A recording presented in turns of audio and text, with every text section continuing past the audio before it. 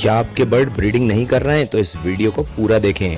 आखिर क्या खा रहे हैं हमारे ये बर्ड दोस्तों। वैसे तो आप जानते होंगे ये क्या चीज़ हम अपने बर्ड को खिला रहे हैं, पर इसके अंदर हमने 1 2 3 4 इस प्रकार की चीज़ें मिला रखी हैं जिससे कि हमारे बर्ड जो है बहुत अच्छी ब्रीडिंग करते हैं, बहुत अच्छे अंडे और बच्चे देते हैं।